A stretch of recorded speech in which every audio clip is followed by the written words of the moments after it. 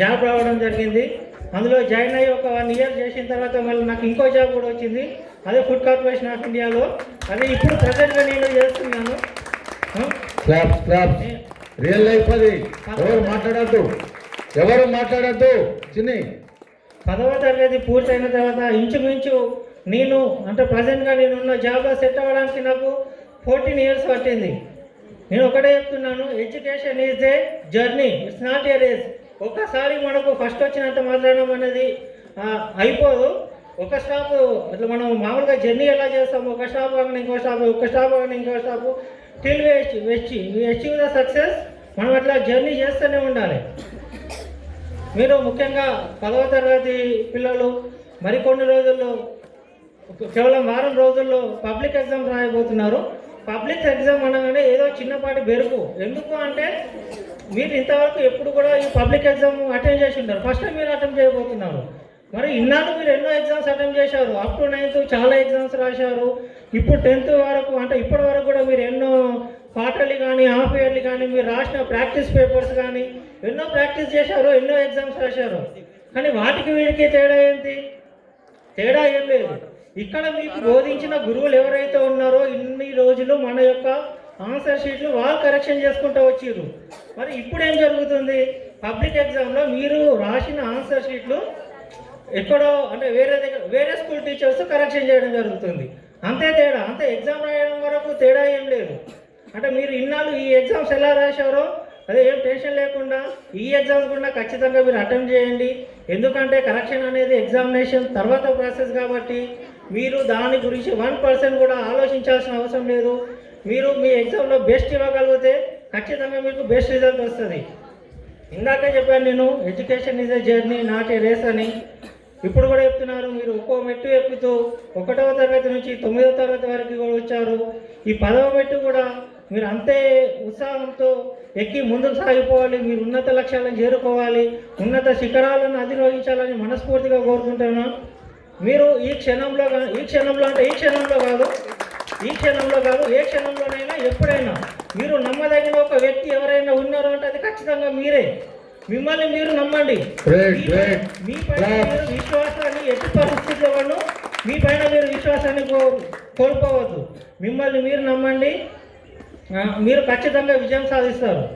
Trust in your hard work and give best in your exam. Definitely you achieve the good results.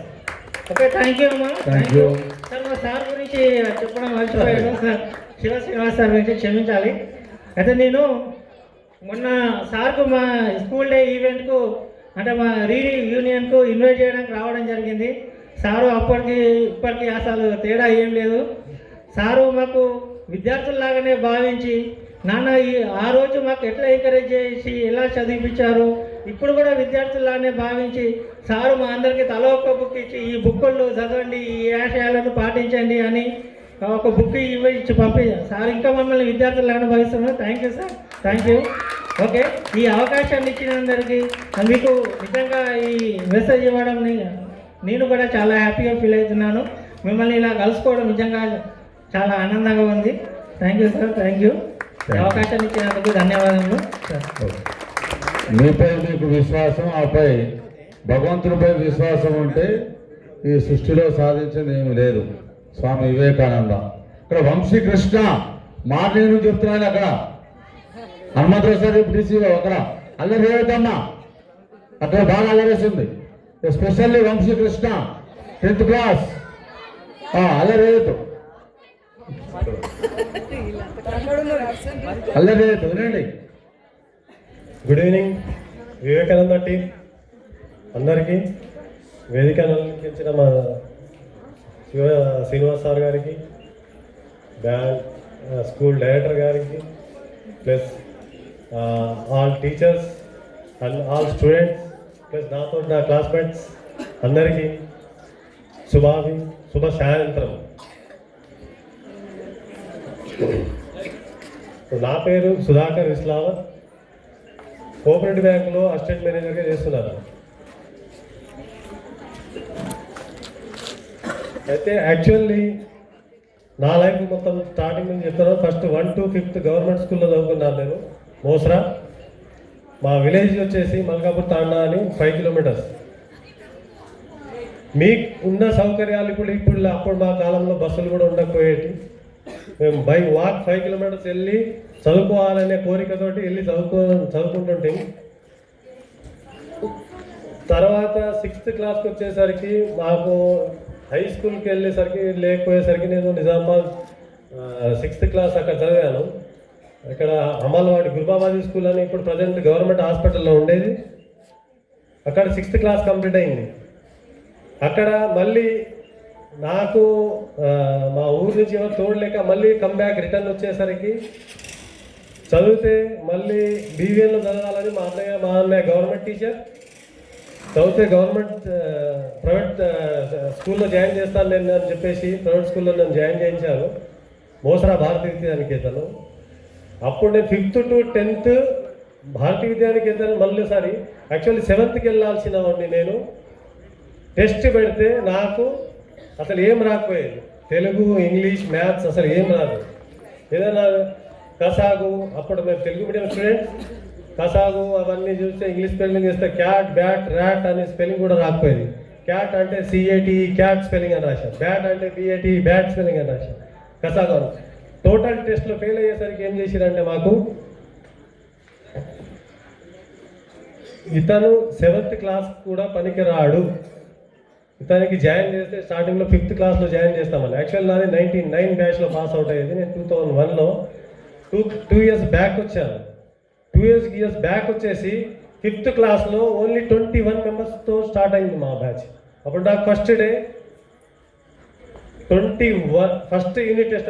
ఇప్పుడైతే ఇది ఉంది, ఇప్పుడు unit టెస్ట్లు ఉంటుండే, ఇప్పుడు SAలో FAలో అని అంటారు. కానీ యూనిట్ టెస్ట్లు first unit second unit test quarterly half yearly అనే ఎగ్జామ్స్ ఉండేవి. ఫస్ట్ టైం ఎగ్జామ్ వచ్చినప్పుడు మళ్ళీ 21స్ట్లో లాస్ట్ ర్యాంక్ వచ్చింది నాకు. తర్వాత మా అన్నయ్య నన్ను మోటివేషన్ చేసి నీలో ఉంది, సత్తా ఉంది, అది ఉంది, ఇదని మొత్తం చేసేసరికి 5th క్లాస్ ఎండింగ్ వచ్చేసరికి నేను టాప్ 5లో ఉండేటోడిని. అలానే నా జర్నీ కంటిన్యూ అయ్యి 10th క్లాస్కి వచ్చేసరికి నేను టాప్ 10లో ఉండేటోడిని. టాప్ 10లో ఉండి బాగా చదివి మొత్తం ఫైనల్గా అప్పుడు నాకు 10th క్లాస్లో 540 మార్క్స్ వచ్చాయి. 90%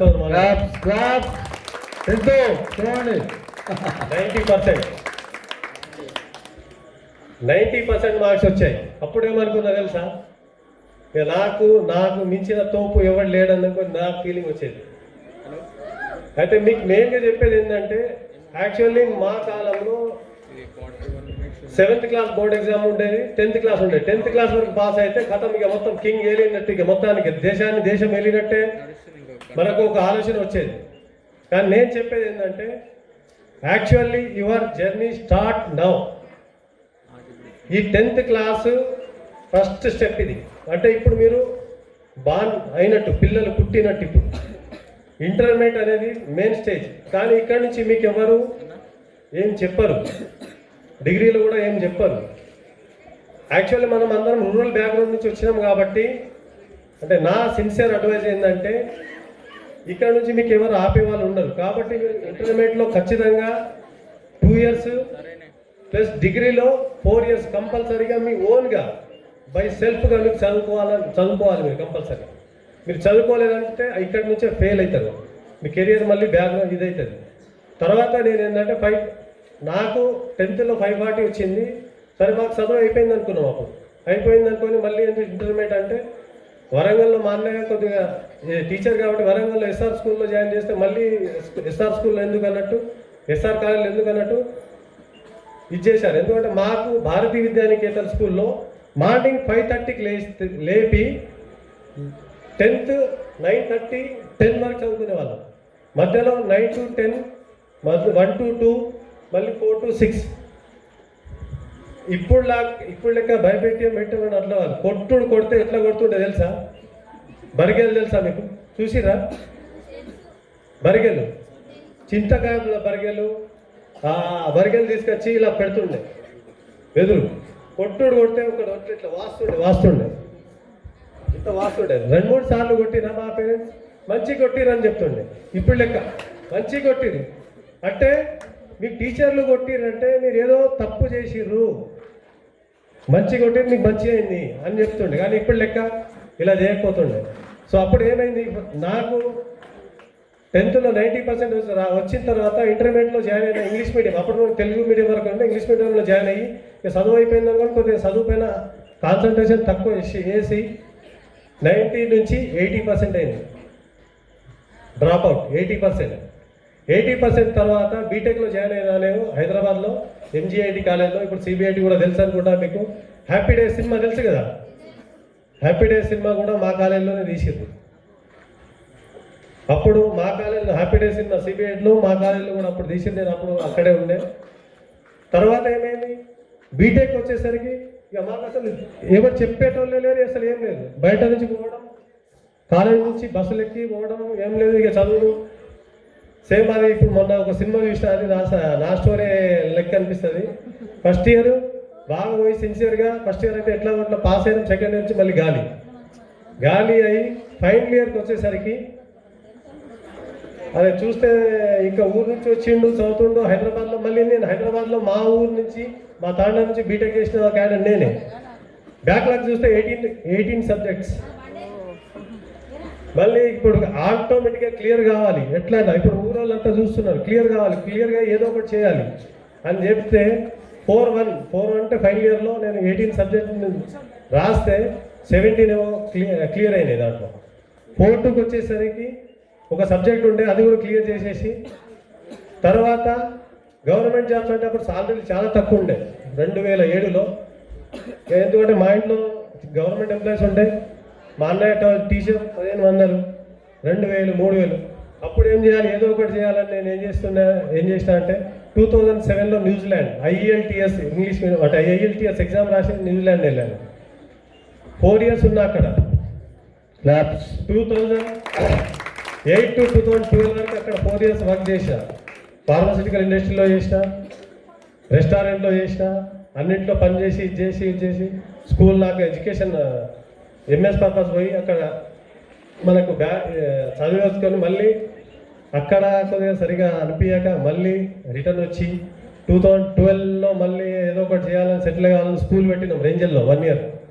ఆ రేంజల్లో కూడా నాకు సరిగా అనిపించలేదు. అప్పటికి నాకు మ్యారేజ్ అయిపోయింది, పాప కూడా ఉండే.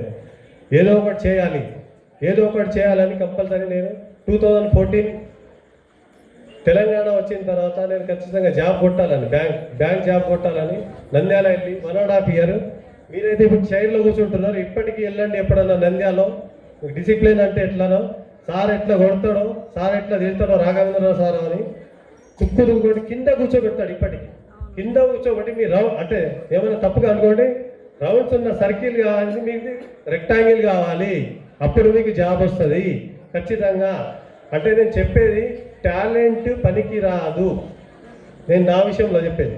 సిన్సియారిటీ, హార్డ్ వర్క్, డిసిప్లిన్ ఇది కంపల్సరీ.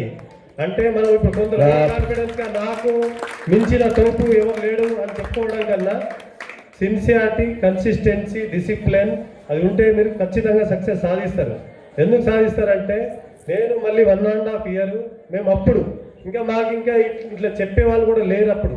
అంటే అసలు మాది మేము ఓన్ డిసిషన్ తీసుకొని ఇలానే మా శ్రీకర్ చెప్పినట్టు MPC, EC సాఫ్ట్వేర్, ఇప్పుడు అంతా ఇప్పుడు ఈసీ మా టైంలో ఈసీ భూమి ఉండే, ఇప్పుడు అంతా పిల్లలందరూ CSE. అసలు మనకి ఏం ఇష్టమో తెలుసుకోలేకపోతున్నాం మనం. అసలు మనం ఏం కావాలనుకుంటున్నాం, లాయర్ కావాలనుకుంటున్నా, ఇంజనీర్ కావాలనుకుంటున్నా, డాక్టర్ కావాలనుకుంటున్నా, ఏం కావాలనుకుంటున్నా అనేది మన 6th sense చెప్తుంది మనకు. కానీ డమ్మీగా మీరు ఫాలో కాకూడదు అనేది నేను నా ఎగ్జాంపుల్. తర్వాత నేను ఏంటంటే ఆ విధంగా 1.5 year ప్రిపేర్ అయ్యి బ్యాంక్లో ఉద్యోగం తెచ్చుకొని క్యాషియర్గా జాయిన్ అయినా, క్యాషియర్ నుంచి ఇప్పుడు అసిస్టెంట్ మేనేజర్గా చందూరులో చేస్తున్నాము. సేమ్ ఇప్పుడు మేము ఈరోజు చాలా ప్రౌడ్గా ఫీల్ అవుతున్నాం. ఎందుకు తెలుసా, మేము ఎక్కడెక్కడో సార్ నంబరు ఫేస్బుక్లో అక్కడ ఇక్కడ వెతుక్కుంటా పిల్లలు సార్ తప్పు అనుకోదు, సార్ని గుర్తుపట్టి ఆ సార్ మిస్ అయ్యిండు, ఇన్విటేషన్ లేదు, మేమందరం తిరుగుతున్నాం, సార్ లేడు, శ్రీనివాస్ సార్ కనబడతలేడు అని చెప్పేసరికి మొన్న రీసెంట్లీగా 1 month బ్యాకే వచ్చి ఇన్విటేషన్ ఇచ్చేసి పోయి మళ్ళీ ఇంత సడన్గా మాకు ఇంత గొప్ప అవకాశం వస్తుందని మేము అసలు ఊహించుకోలేదు. నేను అనేది ఏంటంటే ఏ ఫీల్డ్ అయినా ఇష్టంతో చేయండి. మీకు ఏ ఫీల్డ్ అయినా, వ్యవసాయం కావచ్చు, అగ్రికల్చర్ కావచ్చు, మీరు రాయర్ కావాలకుండా ఏదైనా కావాలి, కానీ డమ్మిగా మాత్రం మా నాన్న ఇది అన్నాడు, మా అన్న ఇది అన్నాడు, మా అక్క ఇది అన్నాడు అని మీరు అలా ఫాలో కాకూడదని నా అడ్వైస్. మీరు అలా ఫాలో అవ్వడం వల్ల ఏమవుతారంటే ఫెయిల్ అవుతారు. మేము ఈసీ తీసుకోమని ఈసీ తీసుకున్నాం. ఎక్కడ? MGIT చెప్పడం. అసలు మనం తర్వాత మనకు ఏది ఇష్టమో అది చేసుకొని మీరు అది చేస్తే ఖచ్చితంగా సక్సెస్ సాధిస్తారు, ఖచ్చితంగా డెవలప్ అవుతారు. మేము అనుకునేది ఇప్పుడు ఈరోజు వచ్చి మేము ఇప్పుడు చిన్న క్యాడర్లో కాకుండా మీరు ఈ స్కూల్ నుంచి మాకు మళ్ళీసారి ఇన్విటేషన్ రావాలి. ఈ స్కూల్ నుంచి ఎవరో IAS, IPS, డాక్టరో, కలెక్టరో, జడ్జో, బెస్ట్ జడ్జ్ అనే మంచి రైతు చీఫ్గా ఏమన్నా రైతు, మంచి బెస్ట్ రైతు, లేకపోతే బెస్ట్ ఆ మోటివేషన్ ఇవ్వడం వల్ల మంచి పర్సన్ అయ్యి వస్తారని. ఎందుకంటే మీకు సార్ ఇక్కడ ఎప్పటి నుంచో ఉన్నారు. వివేకానంద భయం ఉండకూడదు, నో ఫియర్, బీ కాన్ఫిడెన్స్ మీ దాంట్లో. ఎందుకంటే మీరు చూస్తున్నాం, మంచి ఇది చేయండి, లైఫ్లో ఖచ్చితంగా సక్సెస్ఫుల్ సాధించి మళ్ళీ గుర్తుపెట్టుకొని మాకు ఖచ్చితంగా ఇన్వైట్ చేయాలని మేము కోరుకుంటున్నాం. Thank you. ఖచ్చితంగా మా మమ్మల్ని ఇంత గొప్ప అవకాశం పిలిపించి మా ఇన్స్పిరేషన్ స్టోరీ చెప్తున్నాం కాబట్టి దయచేసి ఎవరన్నా ఏమనుకోకండి, అన్నిట భావించకండి. లైఫ్లో సక్సెస్ సాధించండి, కంపల్సరీ చేయాలి. నేను ఇప్పటికీ నేర్చుకుంటూనే ఉంటున్నా. ఇప్పటికీ మా స్కూల్ విధాన్నే ఫాలో అవుతున్నా. 5:30 లేస్తాను. డే స్టార్ట్ అయ్యేది 5:30 o'clock, 10 o'clock వరకు నేను ఫినిష్ చేసేసి ఇప్పటికీ అదే హార్డ్ వర్క్లో, అదే డిసిప్లిన్లో అదే ఉంటున్నాను. కానీ టాలెంట్ ఉంది, అది ఉందని ఓవర్ చేయకూడదు. మీరు కన్సిస్టెన్సీగా ఉండాలి, హార్డ్ వర్క్ చేయండి. హార్డ్ వర్క్ని నమ్మండి, వదలకూడదు. ఏదైనా పని, ఒక్క పని కాదు 100 సార్లు చేయండి. ఒక్క పనిని 100 సార్లు చేయండి, కంపల్సరీ వస్తుంది. ఒకే కిక్ని మీరు కొట్టండి, 100 సార్లు కొడితే అంత సక్సెస్ వస్తారు. మీకు ఇష్టమైన ఫీల్డ్లో 100 times ట్రై చేయండి. అదే మరి ఇంకోటి సార్ చెప్పడం, నేను 77 ఎగ్జామ్స్ రాశాను. 77 1.5 yearలో 77 ఎగ్జామ్స్ రాసేసిన తర్వాత దాంట్లో 7 ఎగ్జామ్స్ పాస్ అయినా, 7 ఇంటర్వ్యూస్ వెళ్ళితే సేమ్ నరేందర్ కూడా మేమిద్దరం ఒకటేసారి సెలెక్ట్ అయినాం. సెలెక్ట్ అయిన తర్వాత నేను అదే ఇక లోకల్లో ఉంటుంది, నేను అంత మొత్తం తిరిగేసి వచ్చినా కాబట్టి లోకల్లో ఉండాలని ఈ బ్యాంక్లో చేస్తున్నాను కంపల్సరీ. ఈ బ్యాంక్లో కూడా నేను బెస్ట్ టాప్ ఆఫ్ ది పొజిషన్లో పోవాలని నా ఎయిమ్ ఉంది. దానికి తగ్గట్టుగానే టాప్ ఆఫ్ పొజిషన్లో కూడా వస్తా. మీ ఇన్స్టిట్యూట్ నుంచి కూడా మంచి ఒక వెల్ సెటిల్ వచ్చి మమ్మల్ని మళ్ళీసారి ఇన్వైట్ చేయాలని కూడా అనుకుంటున్నాం. మళ్ళీ వెల్ పొజిషన్లో ఉంటాం కంపల్సరీ అందరం. మళ్ళీసారి ఇంకో టాప్ పొజిషన్లో వచ్చి ఇంకా ఇది చేస్తాం. థ్యాంక్ యూ, ధన్యవాదాలు.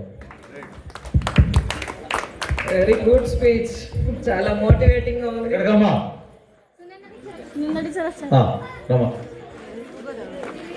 ఆల్రెడీ మన